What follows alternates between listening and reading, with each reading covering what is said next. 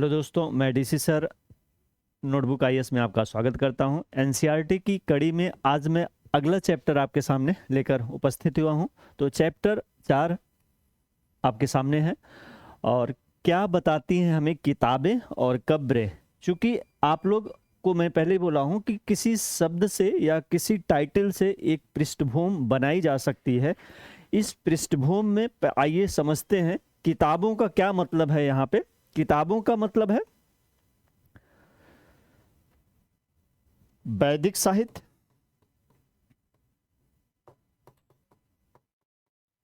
और कब्र का मतलब है महापाषाण।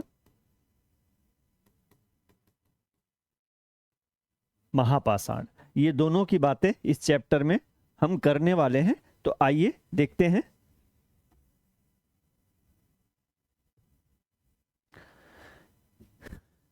क्या है, क्या बताती हैं हमें किताबें और कब्रें। किताब का मतलब वैदिक साहित्य,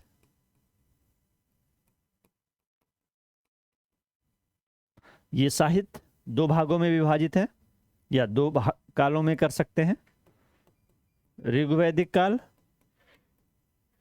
और उत्तर वैदिक काल। ठीक है, तो इसके कालक्रम की बात करें तो ये आपका 1500 से 1000 बीसी और ये आपका 1000 बीसी से 500 बीसी के बीच का काल है। तो किताबों का मतलब वैदिक साहित्य, कब्र का मतलब है कि महापाषाण। महा का मतलब बड़ा और पाषाण का मतलब पत्थर। एक तरीके से ऐसी कब्र या शव जो पत्थर के घेरे के माध्यम से उसमें शवों को दफनाया गया है। तो आइए देखते हैं। दुनिया के प्राचीनतम ग्रंथों में शामिल है ये क्या, विश्व में अलग अलग धर्मों से जुड़ी कई महत्वपूर्ण किताबें हैं। इसी प्रकार हमारे पास क्या है, प्राचीनतम संग्रह के रूप में वेद हमारे सामने उपस्थित हैं। वेदों की संख्या 4 है, ऋग्वेद, सामवेद, यजुर्वेद, अथर्ववेद। तो आइए थोड़ी सी बात करेंगे हम इसमें ऋग्वेद के बारे में।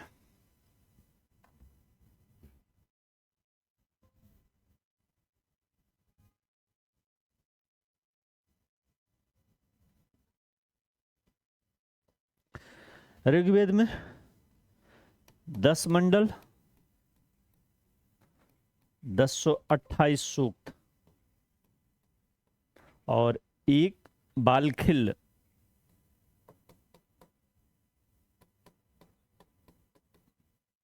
ये आपके फैक्ट इंफॉर्मेशन है। आगे अगर थोड़ा सा और हम बढ़े तो इस प्रक्रिया में इसी तरीके से सामवेद, सामवेद का, ऋग्वेद का मतलब है इसमें स्तुति पाठ है और सामवेद का मतलब गायन या संगीत का ये जनक ग्रंथ भी कहा जाता है। क्या कहा जाता है, संगीत का जनक ग्रंथ भी इसे कहा जाता है। यजुर्वेद ये यज्ञ कर्मकांड की चीजें हैं। अथर्ववेद में वेद, जादू टोना, मंत्र और इहलौकिक की बातें कही गई है। तो ये आपके आरंभिक परिचय के रूप में, और आगे हम इस पे भी बातें और थोड़ा गंभीरता के साथ करेंगे। देखिए, सबसे पुराना वेद क्या है, ऋग्वेद, जिसकी रचना लगभग 3500 वर्ष पहले ऋग्वेद में 1000 से ज्यादा क्या है, प्रार्थनाएं हैं, जिन्हें क्या कहा गया है, सूक्त कहा गया है। सूक्त का अर्थ है अच्छी तरह से बोला गया। ये विभिन्न देवी देवताओं की स्तुति में रचे गए हैं। इनमें से 3 देवता जो महत्वपूर्ण है वो क्या है, अग्नि के देवता, युद्ध के देवता और सोम के देवता। अग्नि के देवता को क्या कहा जाता था, अग्नि। युद्ध के देवता को इंद्र। इनका एक नाम और है, पुरंदर भी कहा जाता है। पुरंदर का मतलब होता है किला। एक सिद्धांत यह है कि सिंधु सभ्यता के पतन में आक्रमण का एक सिद्धांत है। ऐसा माना जाता है कि ये देवता पुरंदर अर्थात इंद्र ने सिंधु सभ्यता पर आक्रमण करके वहां के किलों को नष्ट किया था। ऐसा विदेशी विद्वान एक सिद्धांत के रूप में मानते हैं। इसी प्रकार के सोम क्या है, एक पौधा है और सोम को समर्पित देवता के रूप में सोम, और सोम की जो प्राप्ति होती थी वो कहाँ, किस जगह से होती थी, हिमालय पर्वत से। ठीक है, अब आगे ऋग्वेद की रचना उत्तर पश्चिमी क्षेत्र में हुई है, जिसका क्षेत्र है सैंधव सभ्यता। अब यहाँ एक कंसेप्ट और थोड़ा समझ लेते हैं विस्तार के क्रम में। वो क्या है कि अगर हम बात करें ऋग्वैदिक काल के भौगोलिक जानकारी के बारे में, तो कैसे इस बात का अंदाजा लगाएंगे, कैसे निर्धारण करेंगे कि ऋग्वैदिक काल की जो सीमा थी वो क्या थी। तो सबसे पहले ऋग्वेद में उल्लिखित नदियों के आधार पर, दूसरा कि जो कुछ चोटी का उल्लेख है, वो चोटी का नाम है मुजवंत। इसी प्रकार नदियों का जो उल्लेख है ऋग्वेद के नदी सूक्त में उल्लिखित नदियां के आधार पर यह निष्कर्ष निकाला जाता है कि नदियां इनके जीवन में बहुत महत्वपूर्ण स्थान था। इन दोनों के आधार पर अगर हम निर्धारण करें तो इनका आरंभिक क्षेत्र क्या होगा, सप्त सैंधव प्रदेश। सप्त सैंधव का मतलब 7 नदियां। अगर हम मैप बना के इसको थोड़ा सा मेंशन करना चाहें,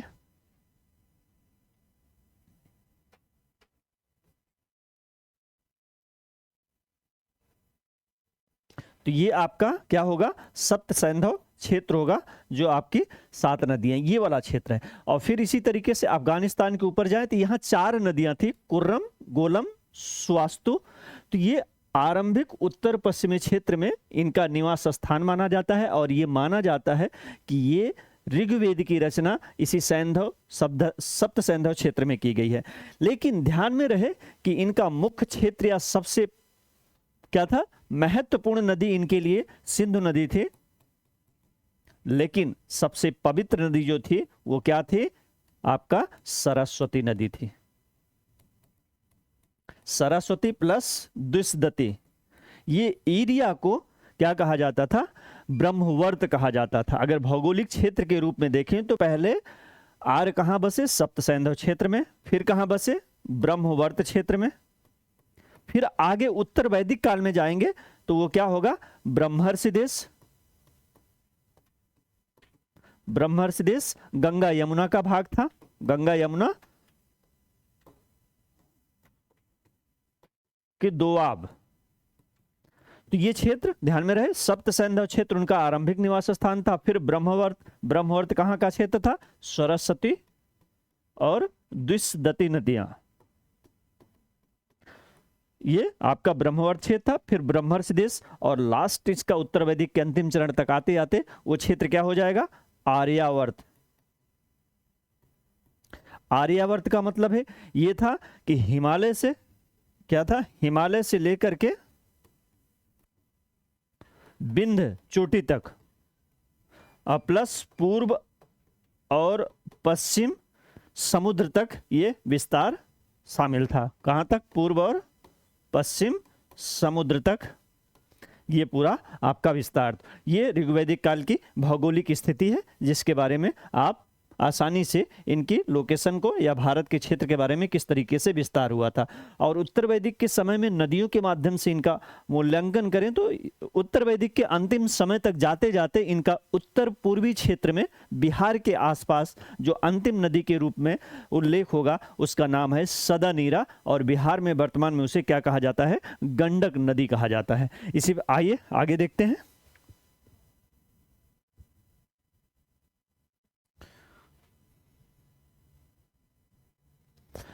तो वैदिक ग्रंथों की रचना किसके द्वारा की गई है, ऋषियों के द्वारा की गई।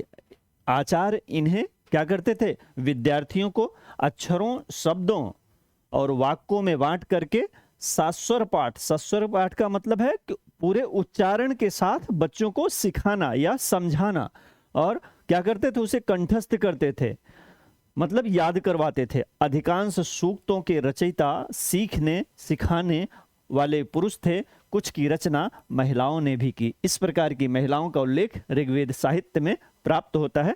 लगभग 4 से 5 महिलाओं का उल्लेख ऋग्वेद के रचयिता के रूप में उल्लिखित किया गया है। आगे, ऋग्वेद की भाषा क्या थी? भाषा प्राक संस्कृति थी या वैदिक संस्कृति थी। जो विकसित संस्कृति है, वास्तव में थोड़ा आपको इनपुट और करें तो जो पाणिनि बहुत बड़े व्याकरणविद थे, तो वर्तमान में जो संस्कृत भाषा हमारे सामने प्रचलित है वो पाणिनि के व्याकरण से बहुत अधिक प्रेरित है। लेकिन इस स्थापित व्याकरण मानदंडों के पहले की बात करें तो संस्कृति की अपनी एक अलग भाषा थी। उसे हम किस रूप में कह सकते हैं? प्राक संस्कृति या वैदिक संस्कृति कह सकते हैं। ऋग्वेद का उच्चारण किया जाता था, मतलब बहुत लंबे समय तक एक पीढ़ी के ऋषि दूसरे पीढ़ी के ऋषि अपने शिष्यों के माध्यम से इस ऋग्वेद के किस माध्यम से? ऋग्वेद को उच्चारण के माध्यम से आने वाली पीढ़ियों को ज्ञान के माध्यम से ये चीजों को आगे बढ़ाते रहे हैं। उस समय तक कोई पुस्तक या लेखन जैसी कोई प्रणाली न होने के कारण ये क्या था? एक पीढ़ी दूसरी पीढ़ी को सुन सुनकर या उसे कंठस्थ कराकर इस प्रक्रिया को आगे बढ़ाते थे। और श्रवण क्या? सुना जाता था, ना कि पढ़ाया जाता था। मतलब कोई इसको पाठ्यक्रम के रूप में कोई किताब या कोई स्कूल में इस तरीके की चीजें कम से कम इस समय तक, मतलब ऋग्वैदिक काल में ऐसी कोई प्रणाली विकसित नहीं हो पाई थी। कई सदियों के बाद पहली बार इसे क्या किया गया है? बहुत लंबे समय के बाद इसे लिखा गया है, और लिखा भी गया है किस रूप में? पांडुलिपि के। मतलब पांडुलिपि क्या होती है? एक पौधा है जिनमें से भुर्ज नामक पत्रों पर आरंभ में इसको क्या किया गया है? लिखा गया है। आगे देखते हैं, संस्कृत और अन्य भाषाएं तो महत्वपूर्ण है समझने के लिए। कुछ दुनिया में कुछ भाषा परिवार है, उन्हीं भाषा परिवारों में से पहला क्या है? भारोपीय भाषा परिवार। भारोपी का मतलब है भारत और यूरोप को मिला करके इस भाषा का एक नाम दिया गया है। इसमें क्या है? संस्कृत इसी भाषा परिवार का क्या है? हिस्सा है। भारत की कई भाषाएं जिसमें असमिया, असम, वर्तमान में उत्तर पूर्वी क्षेत्र, गुजरात, हिंदी, कश्मीरी और सिंधी, एशियाई भाषाओं में जैसे फारसी, और यूरोप की भाषाएं, बहुत सी भाषाएं हैं जैसे अंग्रेजी, फ्रांसीसी, जर्मन, यूनानी, इटावली, स्पेनिश आदि इसी परिवार से जुड़ी हुई भाषाएं हैं। अब ध्यान में रहे कि एक महत्वपूर्ण पॉइंट है कि अलग अलग देशों की भाषाएं आखिर एक भाषा परिवार में क्यों मानी जाती हैं? तो इसका आंसर ये है कि इन सभी भाषाओं में कुछ शब्द क्या हैं? कुछ शब्द समान हैं। इस आधार पर इन्हें एक भाषा परिवार में रखा जाता है। कुछ अन्य भाषा परिवार भी हैं, वो क्या है? तिब्बती बर्मा परिवार, ये कहाँ? पूर्वोत्तर प्रदेश में बोली जाती हैं। द्रविड़ भाषा परिवार, ये कहाँ बोले जाते हैं? द्रविड़ भाषा परिवार में तमिल, तेलुगु, कन्नड़ और मलयालम भाषा आपकी शामिल होगी। इसी तरीके से ऑस्ट्रो एशियाई परिवार, इसमें झारखंड और मध्य भारत की बोली जाने वाली भाषाएं शामिल होंगी। तो ये तो रहा आपका भाषा परिवार। इसी तरीके से पहले तो पूरे दुनिया की भाषाओं को कई मोटे स्तर पर कई भाषा परिवार, इसी तरीके के एक देश के अंदर भी उसकी विविधता भाषा बोलियों के आधार पर कई उप विभाजन किया जा सकता है। जैसे भारत के संदर्भ में भी इसको अलग से भी उप वर्गीकरण किया जाएगा क्षेत्र विशेष के आधार पर। वैसे भी कहा जाता है कि भारत भाषा और बोलियों की दृष्टि से बहुत विविधतापूर्ण रहा है। इसी का वर्णन अमीर खुसरो ने अपनी पुस्तक में भी बड़े शानदार तरीके से किया हुआ है। उन्होंने कहा है कि कुछ कोसों के बाद यहाँ की भाषा और बोलियां बदल जाती हैं। आइए देखते हैं, इन्हें एक भाषा परिवार इसलिए कहा जाता है क्योंकि आरंभ में इनमें कई शब्द थे। जैसे उदाहरण के लिए मात्र संस्कृत शब्द है, माँ हिंदी शब्द है और मदर, ये आपस में तीनों कहीं ना कहीं एक दूसरे के समानार्थी हैं। इसीलिए जो भारोपी भाषा परिवार है उनमें इन शब्दों के आधार पर इसको क्या एक भाषा परिवार में रख दिया जाता है। इतिहासकार ऋग्वेद का अध्ययन कैसे करते हैं? इतिहासकार या पुरातत्ववेता की भांति अतीत के बारे में जानकारी इकट्ठा करते हैं, किंतु भौतिक अवशेषों के अलावा वह लिखित स्रोतों का भी उपयोग करते हैं। ऋग्वेद के कुछ सूक्त क्या है? वार्तालाप के रूप में जैसे विश्वामित्र नामक ऋषि देवियों के रूप में पूजित की जाने वाली दो नदियां ब्यास और सतलुज के बीच संवाद के रूप में इसका बखान किया है कि नदी का एक मानव जीवन में क्या रोल रहा होगा, क्या महत्व रहा होगा। जैसा कि ध्यान है कि चूंकि आरंभ में सप्त सैंधव क्षेत्र में ही इनका क्या हुआ, विकास हुआ, तो इससे इनकी जो सबसे महत्वपूर्ण और पवित्र नदी, महत्वपूर्ण नदी तो सिंधु सभ्यता थे, लेकिन सबसे पवित्र नदी सरस्वती नदी थी। इतिहासकार यह बताते हैं कि यह प्रार्थना उस क्षेत्र में रची गई होगी जहां पर क्या था, ये नदियां बहती रहेंगी। वह यह भी कहते हैं कि समाज में जहां ऋषि रहते थे वहीं घोड़े गायों को बहुत महत्व दिया जाता था, इसलिए इन नदियों की तुलना घोड़े और गायों से की जाती थी। तो ध्यान में रहे, ऋग्वैदिक समाज एक कबायली संरचना पर आधारित समाज था। अभी तक राज्य संस्था जैसी कोई विकास प्रक्रिया आरंभ नहीं हुई थी। तो शुरुआती स्तर पर ये कैसे कि एक कबीले या समूहों के रूप में अपने आप को संगठित करते थे। इनकी अधिकांश जो युद्ध होते थे वो किसके, या तो उस चरागाह या मवेशियों के लिए होते थे या तो उनकी गायों के लिए होते थे। ऋग्वेद की प्रार्थनाओं में अन्य दूसरी नदियों, खास करके सरस्वती, सिंधु, ध्यान में रहे, सिंधु सबसे महत्वपूर्ण नदी थी इनके लिए। क्या है, सिंधु सबसे महत्वपूर्ण नदी थी और सरस्वती सबसे पवित्र नदी थी। उनकी सहायक नदियों का भी उल्लेख है। ऋग्वेद में गंगा का 1 बार और यमुना का 3 बार उल्लेख हुआ है। भूर्ज वृक्ष एक पौधा है जिसके छाल पर लिखी गई ऋग्वेद की एक पांडुलिपि कहां से, कश्मीर से प्राप्त हुई है, जो पुणे के महाराष्ट्र के एक पुस्तकालय में सुरक्षित रखी गई। क्या कि सुरक्षित रखी गई। इसका लगभग 150 वर्षों बाद ऋग्वेद को पहली बार छापने के लिए प्रयोग किया गया। बाद में इसी पांडुलिपि को देखकर अंग्रेजी में इसका अनुवाद किया गया। कहने का मतलब है कि एक लंबे वर्षों के बाद, चूंकि ये ग्रंथ श्रुति या सुन करके एक पीढ़ी दूसरी पीढ़ी तक आगे बढ़ते रहे, लेकिन जब समय के साथ इस पर लेखन की बात हुई तो पहली पांडुलिपि के रूप में जो लेखन किया गया उसी को आधार बनाकर बाद में अंग्रेजों ने ऋग्वेद का अंग्रेजी में अनुवाद भी किया। आइए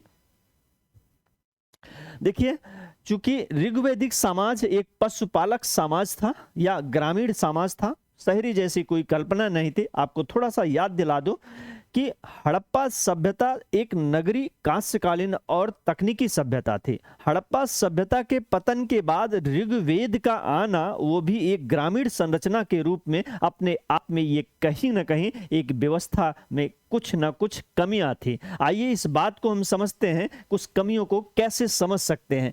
देखिए कि भारत वैचारिक रूप से और थॉट ऑफ थिंकिंग के रूप में एक आध्यात्मिक देश रहा है। इस बात की अभिव्यक्ति हम किस रूप में देख सकते हैं? पहला कि जब हड़प्पा सभ्यता एक नगरी सभ्यता थी तो वैदिक सभ्यता में 2 भाग थे, ऋग्वेद और उत्तर वैदिक।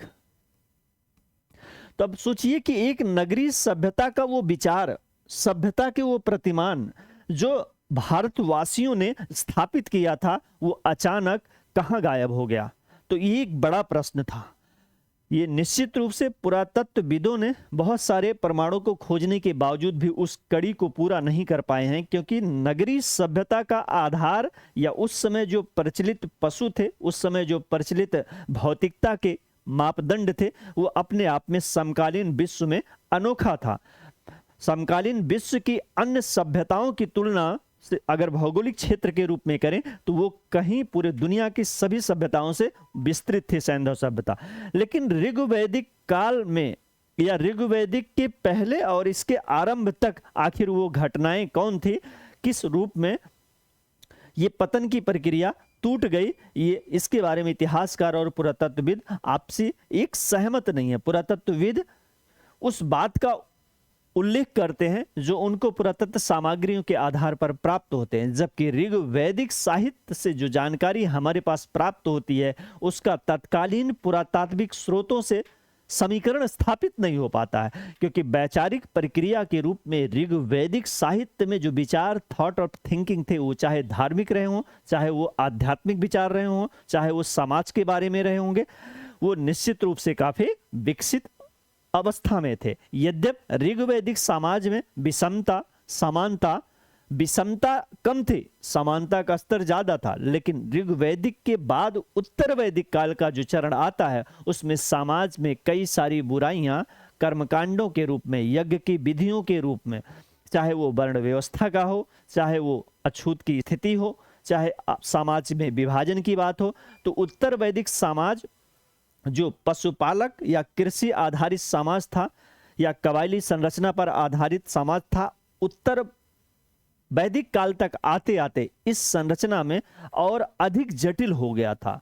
अगर राजनीतिक संरचना की बात करें तो इस समय राजा या जो भी सरदार या समूह रहा होगा, राजा और राष्ट्र जैसी कोई कल्पना इस समय तक नहीं थी। क्यों? अधिकांश समूह में सरदारों का प्रभुत्व या बोलबाला होता था और इनका जो चुनाव होता था वो बाद के समय में राजा के रूप में जो चुनाव किया जाता था उस प्रक्रिया से इस अर्थों में भिन्न था कि राजा पर सभा, समिति और विदथ नामक संस्था का नियंत्रण होता था। मतलब ऋग्वैदिक काल की सबसे प्राचीनतम संस्था क्या थी? विदथ थी। इसके बाद सभा और समिति थी।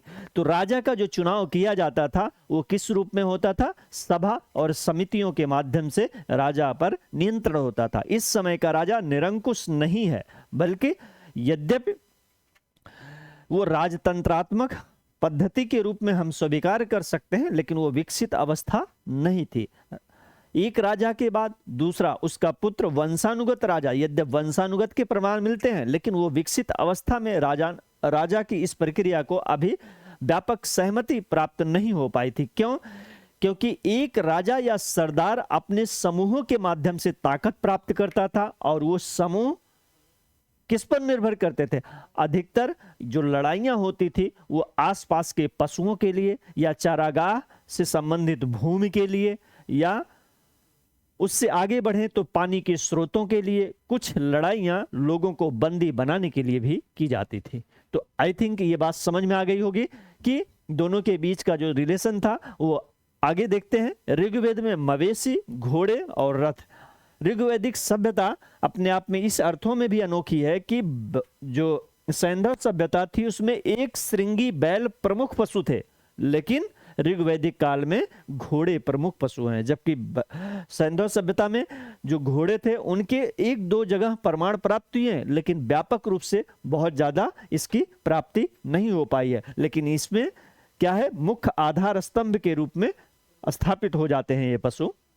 ऋग्वेद में मवेशियों, बच्चों को खासकर, मतलब बच्चों खासकर पुत्रों को, अब ध्यान में रहे, ऋग्वेद में जो उपासना पद्धति थी उसमें कहीं पर भी पुत्रियों की कामना नहीं की गई। हर जगह पुत्र प्राप्ति की तो कामना की गई है, लेकिन पुत्रियों की कहीं नहीं किया गया है।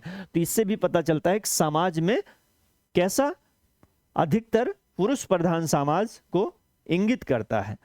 देखिए, मवेशियों, बच्चों, खासकर पुत्रों और घोड़ों की प्राप्ति के लिए अनेक प्रार्थनाएं हैं। घोड़ों का तो उपयोग युद्ध के दौरान रथ को खींचने के लिए किया जाता था। युद्ध में मवेशी जीते जाते थे। लड़ाइयां जमीन के लिए लड़ी जाती थी जहां अच्छे चारागाह या फसल उपजाया जाता था रहा होगा। कुछ युद्ध पानी के स्रोतों के लिए लड़े जाते थे और कुछ बंदी बनाने के लिए लड़े जाते थे। युद्ध में जीते गए धन का अपना एक विभाजन का तरीका था। उनमें से कुछ भाग सरदारों को, जो मुख्य रोल अदा करते थे किसमें, लड़ाइयों में, और कुछ भाग पुरोहितों को, शेष धन आम लोगों में बांट दिया जाता था। कुछ धन यज्ञ के लिए प्रयुक्त होता था। यज्ञ की आग में आहुति भी दी जाती थी। ये आहुतियां देवी देवताओं को दी जाती थी। इसमें घी, अनाज और कभी कभी जानवरों को भी आहुति इन यज्ञों में दी जाती थी। अधिकांश पुरुष यज्ञ में भाग लेते थे। अब ध्यान में रहे, यज्ञ की बात चली है तो थोड़ा सा इसके एडवांस लेवल की पृष्ठभूमि बना लेते हैं।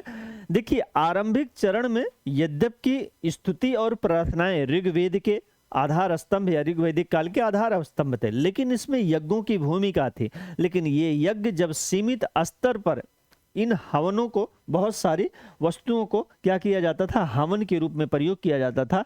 लेकिन बाद के समय में इस यज्ञ की कर्मकांडी विधियों ने भारतीय समाज को एक नए तरीके की जटिलता में खुद को जकड़ लिया, और ये जटिलता कई स्तरों पर समाज में कठिनाइयां पैदा कर रही थी। इन्हीं में से जैसे पशुओं की बलि दी जाना और व्यापक स्तर पर बड़े बड़े यज्ञों का कई वर्षों तक आयोजन किया जाना, वो किसी न किसी तरीके से समाज के लिए घातक या हानिकारक थे। क्यों? क्योंकि बड़ी संख्या में इसमें पशु मारे जाते थे, बड़ी संख्या में इसमें संसाधन नष्ट किए जाते थे। इस अर्थों में समाज और अधिक जटिल होता गया। इसी प्रक्रिया का परिणाम ये हुआ कि जटिलता से भरपूर समाज में हमेशा जब समस्याएं लिमिट को पार कर जाती हैं तो कोई ना कोई नया विकल्प सामने आता है। तो इस कर्मकांडी व्यवस्था जो समाज के लिए घातक, विनाशक और प्रगति को रोकने वाली हो गई थी, तो आने वाले समय में बौद्ध और जैन आंदोलनों की पृष्ठभूमि निर्मित की। यद्यपि इस कर्मकांडी व्यवस्था के खिलाफ पहली बार आवाज उपनिषदों में भी आरंभिक रूप से देखी जा सकती है, लेकिन व्यापक रूप से इसकी अभिव्यक्ति बौद्ध और जैन क्रांति के रूप में सामने आई। आई थिंक समझ में आ गया होगा कि ये जो कर्मकांड की व्यवस्था थी वो अपने आप में आरंभ में तो ये व्यक्ति की धार्मिक भावनाओं या आस्थाओं से जुड़ा हुआ था, लेकिन बाद के समय में ये समाज में इतनी व्यापक सहमति बना ली कि वो समाज को आगे बढ़ाने के बजाय समाज को पीछे ले जाने वाली सिद्ध हो रही थी। उसमें जितने भी प्रकार की अनावश्यक रीतियां, रिवाज जो समाज के क्या कर रहे थे, कहीं न कहीं व्यवस्था के रूप में उसको रोक रही थी। तो परिणाम क्या हुआ? आने वाले समय में बुद्ध और जैन समाज को एक सरल शिक्षा और एक मध्यम मार्ग के रूप में नया विकल्प प्रदान करते हैं। देखिए इनके पास क्या है, कोई स्थायी सेना नहीं है, किंतु लोग सभाओं में मिलते जुलते थे, युद्ध और शांति के विषय पर सलाह मशविरा करते थे। वहां बहादुर और कुशल योद्धा को अपना सरदार चुनते थे। अब देखिए दो चीजें हैं कि अस्थाई सेना क्यों नहीं थी। तो प्रश्न इसका यह है कि इस समय तक अस्थाई रूप से कोई टैक्स प्रणाली नहीं थी, मतलब कर के नियमित स्रोत कोई भी नहीं थे। क्यों? क्योंकि इस समय एकमात्र कर का उल्लेख मिलता है, वो भी राजा को स्वैच्छिक उपहार के रूप में दिए जाते थे, उसका नाम था बलि। और जब राजा के पास टैक्स की कोई नियमित व्यवस्था नहीं है तो स्वाभाविक सी बात है कि उसकी सेना का निर्माण संभव नहीं हो सकता था। तो ऋग्वैदिक काल में किसी सेना की कल्पना नहीं की जा सकती, क्योंकि नियमित रूप से राजा के पास आय का कोई स्रोत नहीं था। आगे बढ़ते हैं। लोगों की विशेषताएं बताने वाले शब्द। एक अच्छा तरीका है कि ऋग्वैदिक साहित्य या वैदिक साहित्य के दोनों चरणों को हम अगर कुछ शब्दावलियों के माध्यम से व्याख्या करें तो बड़ी स्पष्टता के साथ उस पर एक निष्कर्ष पहुंच सकते हैं, चाहे वो राजनैतिक हो या आर्थिक, सामाजिक या धार्मिक हो। आइए देखते हैं कि समाज में जो विभाजन था, उस विभाजन का आधार वर्तमान में क्या है? वंशानुगत। लेकिन ऋग्वैदिक काल में जो समाज का विभाजन किस आधार पर किया जाता था, आइए देखते हैं।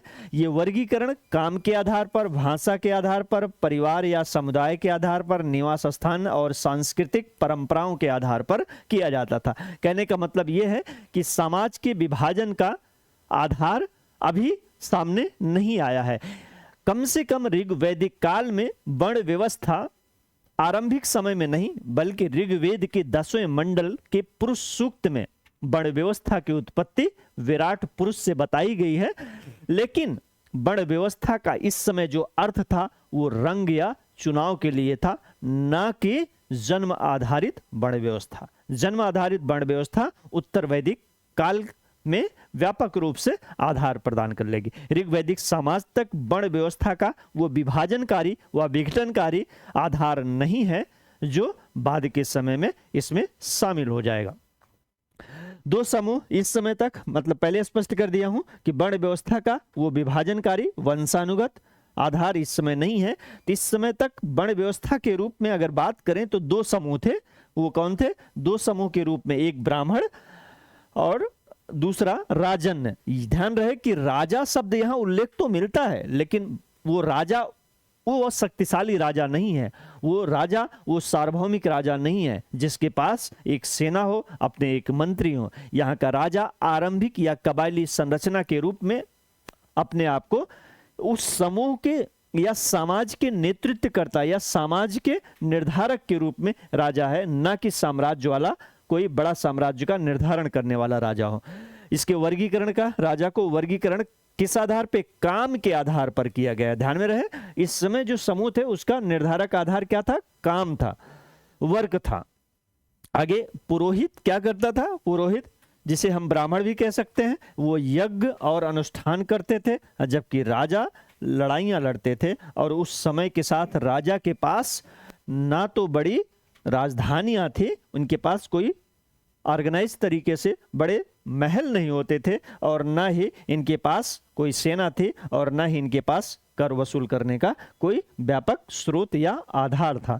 आगे देखते हैं। प्रायः राजा की मृत्यु के बाद उसका बेटा अपने आप ही शासक नहीं बन जाता था। मैं पहले भी जिक्र कर चुका हूं कि राजा पर किसका? वैदिक कालीन संस्थाएं जो थी, क्या थी? वैदिक कालीन संस्थाएं जो थी उनका क्या होता था? नियंत्रण होता था। अब वैदिक कालीन संस्थाओं में सबसे प्राचीन संस्था क्या थी? वो उसका नाम है विदत। इसी प्रकार से दो अन्य संस्थाएं, विदत सबसे महत्वपूर्ण संस्था है ऋग्वैदिक काल में। दो अन्य संस्थाएं थी, वो सभा और समिति। यद्यप ये बाद के समय में उत्तर वैदिक काल में अधिक महत्वपूर्ण हो जाएंगे, विदत कमजोर हो जाएगी उत्तर वैदिक काल में। आइए देखते हैं कि जनता या संपूर्ण समुदाय के लिए दो महत्वपूर्ण शब्द इस्तेमाल किए गए हैं। एक है जन और दूसरा है विष। आइए ऋग्वैदिक काल की राजनीतिक स्थिति के संदर्भ में थोड़ी सी और समझ बनाते हैं। क्या? राजनीतिक स्थिति। तो जो सबसे छोटी इकाई परिवार या कुल थी, क्या थी? सबसे छोटी इकाई क्या थी? ध्यान में रहे, सबसे छोटी इकाई परिवार या कुल थी। कुल के बाद जो अगला स्टेप आएगा वो जन था। ठीक है, जन और विष दो शब्द एक साथ मिलते हैं, तो ध्यान में रहे विष कुल के बाद जो इकाई थी वो क्या थी? विष थी। विष के बाद क्या थी? जन थी। तो ध्यान में रहे, तो कुल और विष क्या होती थी? कई गांवों का समूह था। अब ध्यान में रहे, कुल के बाद एक और इकाई आएगी, वो है गांव या ग्रामीणी। इसके प्रमुख को क्या बोलते थे? ग्रामीणी बोलते थे। और फिर कई गांव मिल करके एक विष का निर्माण करते थे, और कई विष मिल करके एक जन का निर्माण करते थे। तो ध्यान में रहे, ऋग्वैदिक काल तक जो राज्य का आधार था वो क्या था? जन था, ना कि जनपद। उत्तर वैदिक काल तक आते आते जन के स्थान पर इसका स्थान जनपद लेंगे, और छठी शताब्दी ईसा पूर्व तक आते आते ये जनपद का स्थान महाजनपद ले लेंगे। और बुद्ध के जन्म के पहले तक पूरे भारत में, खास करके उत्तर भारत के गंगा घाटी में, इस प्रकार के 16 महाजनपदों का उद्भव हो चुका होगा। और आगे देखते हैं, ये तो रही राजनीतिक स्थिति, परिवार या कुल, उसके बाद गांव, फिर विष, फिर जन, और जन तक स्थिति का ऋग्वैदिक काल तक है। उत्तर वैदिक काल तक आते आते ये जन किस में बदल जाएंगे? जनपद में बदल जाएंगे। तो आइए आगे बढ़ते हैं। तो आई थिंक जन भी समझ में आ गया होगा, विष भी समझ में आ गया। विष के पर्यायवाची के रूप में वैश्य का भी शब्द उल्लेख मिल जाता है। ऋग्वेद में विष और जन के नाम मिलते हैं, जैसे पुरुजन या विष, भरतजन या विष, यदुजन। तो ये क्या थे? एक तरीके से ये कबीले होते थे जो क्षेत्र विशेष पर निर्भर करते थे। एग्जाम्पल के लिए भारत का भरत नाम जो पड़ा है, भरत नामक कबीले के आधार पर भी पड़ा है। ये वैदिक काल के एक क्षेत्र विशेष में अपने आप को स्थापित किए हुए थे। यद्यप भारत शब्द का उल्लेख किसी देश राज्य के लिए आरंभ में नहीं हुआ है, बल्कि एक समूह शब्द के लिए हुआ है। भारत शब्द का उल्लेख आरंभ में किसके लिए? एक समूह के लिए हुआ है, ना कि किसी भूभाग या क्षेत्र के लिए हुआ है। आगे बढ़ते हैं। प्रार्थनाओं की रचना, ऋग्वेद में प्रार्थनाओं की रचना करने वाले कभी कभी स्वयं को आर्य कहते थे। क्या कहते थे? आर्य कहते थे। तथा अपने विरोधियों को दास या दास्य कहते थे। बाद के आधुनिक संदर्भ के इसके मूल्यांकन की बात करें, जैसे कि आपको रिकॉल थोड़ा सा मैं करा दूं कि भारत में सामाजिक धार्मिक पुनर्जागरण में कई सारे ऐसे निम्न जातीय नेताएं आएंगे जो आर्य की संकल्पना को ही खारिज कर देंगे। वो क्या कहते हैं कि आर्य भारत के मूल निवासी नहीं थे, ये बल्कि विदेशों से आए हुए थे और यहाँ के लोगों को पराजित करके इस पर नियंत्रण स्थापित कर लिया। ये बात आधुनिक इतिहास के संदर्भ में हम बाद में जिक्र भी करेंगे कि आखिर वो आर्य की जो संकल्पना है वो अपने आप में विद्वानों में मतभेद भी उत्पन्न करती है। यद्यपि आर्य की जो उद्भव का क्षेत्र है, इस पर भी कुछ विद्वान मध्य एशिया में बताएंगे, कुछ तिब्बत में बताएंगे, कुछ कश्मीर में बताएंगे। इसी तरीके से दुनिया के कई क्षेत्रों में इनके आर्य के उद्भव या जन्म की जगह का निर्धारण करते हैं। आइए आगे बढ़ते हैं। तो आर्य वो हैं जो क्या है कि जिन्होंने ऋग्वैदिक रचना का ग्रंथ की प्रार्थनाओं के माध्यम से हम लोगों के सामने रखा है। लेकिन जो व्यक्ति इस बात को नहीं मानते थे उन्हें क्या कहा गया है? दास या दास्य कहते थे। दास्य वो लोग थे जो यज्ञ नहीं करते थे। बाद में दास शब्द का अर्थ क्या हो गया? गुलाम हो गया। गुलाम, यद्यपि गुलाम का जो अर्थ बाद में शाब्दिक रूप से लगाया जाएगा उसका वो अर्थ कम से कम यहां पे नहीं था। एक गुलाम का शाब्दिक अर्थ है उस व्यक्ति या पर अपने मालिक का पूरी तरीके से नियंत्रण। गुलाम होने का मतलब है उसको कोई स्वतंत्रता नहीं, उस पर पूरी तरीके से उसके मालिक या राजा का नियंत्रण होता था। अगले स्टेप पे दास कौन कौन हो सकता है? दास वह स्त्री और पुरुष होते थे। क्या होते थे? दास, स्त्री और पुरुष होते थे जिन्हें युद्ध में बंदी बनाया जाता था। उन्हें मालिक की क्या है? संपत्ति माना जाता था। जो भी वो काम मालिक चाहता था उन्हें वो सब कुछ करना पड़ता था। ध्यान रहे। तो आई थिंक बहुत अच्छी तरीके से ये बात आपको समझ में आ गई होगी। अब थोड़ा सा हम इसको अगले स्टेप पे लेते हैं। क्या कि व्यवस्था के क्रम में ऋग्वैदिक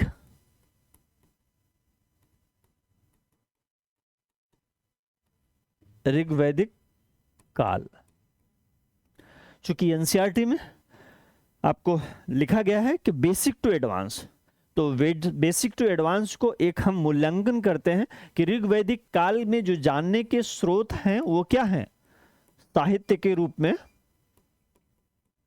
ये साहित्य के रूप में ही आपके पास उपस्थित है। तो इसमें जो पहला चरण होगा वो क्या होगा? भौगोलिक क्षेत्र के रूप में। इसका जिक्र मैं आपसे कर चुका हूं। दूसरा क्या होगा? सामाजिक क्षेत्र के रूप में। सामाजिक क्षेत्र में मैंने आपसे दो वर्ग बताया। पहला क्या? पुरोहित। दूसरा सरदार, या आप इसे राजन्य भी कह सकते हैं। इसी तरीके से सामाजिक व्यवस्था में स्त्रियों की स्थिति क्या थी?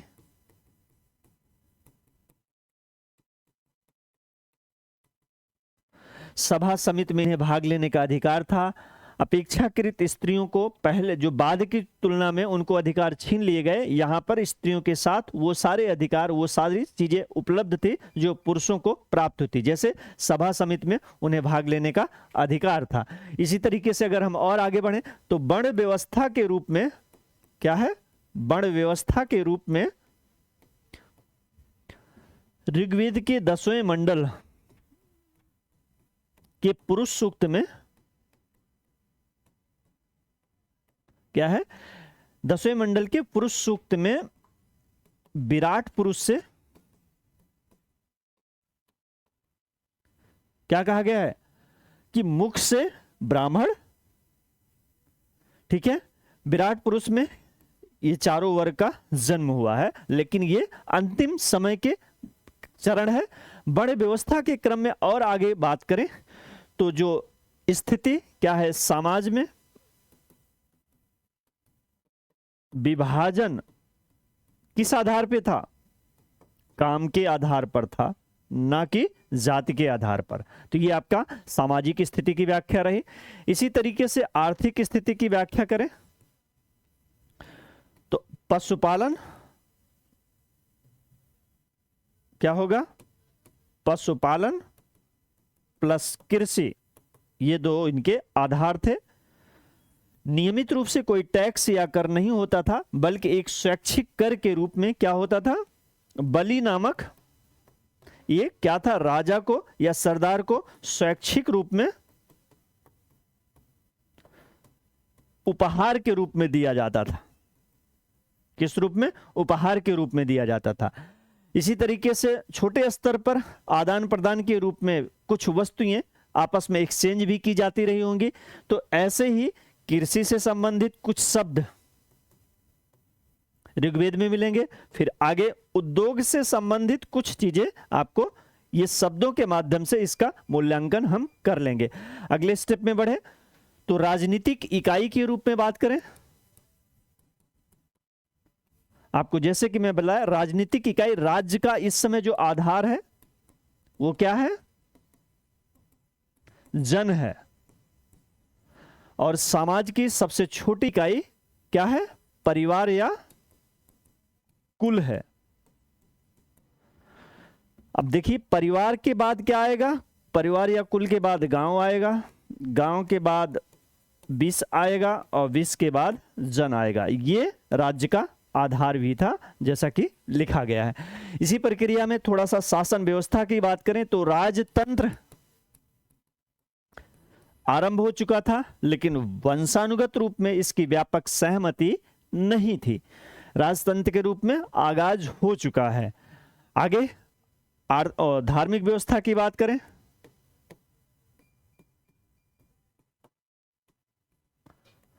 धार्मिक व्यवस्था करें तो देवताओं या देवी देवताओं की मंडलियों में लगभग 33 देवताओं की कल्पना की गई है।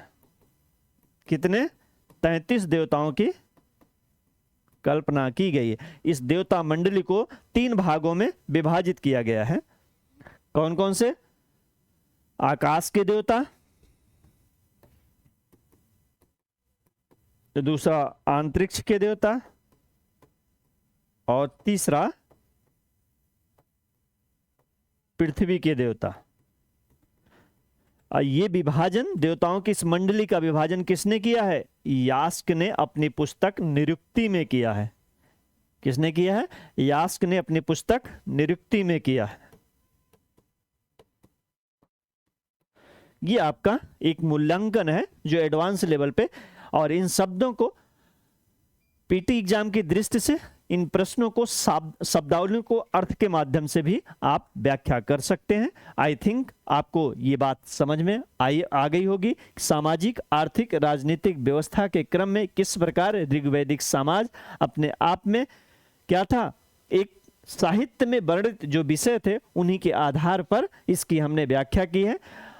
नेक्स्ट क्लास में हम थोड़ा सा वैदिक साहित्य पर भी चर्चा करेंगे। उसके बाद हम इसके दूसरे पक्ष महापाषाण काल के आएंगे।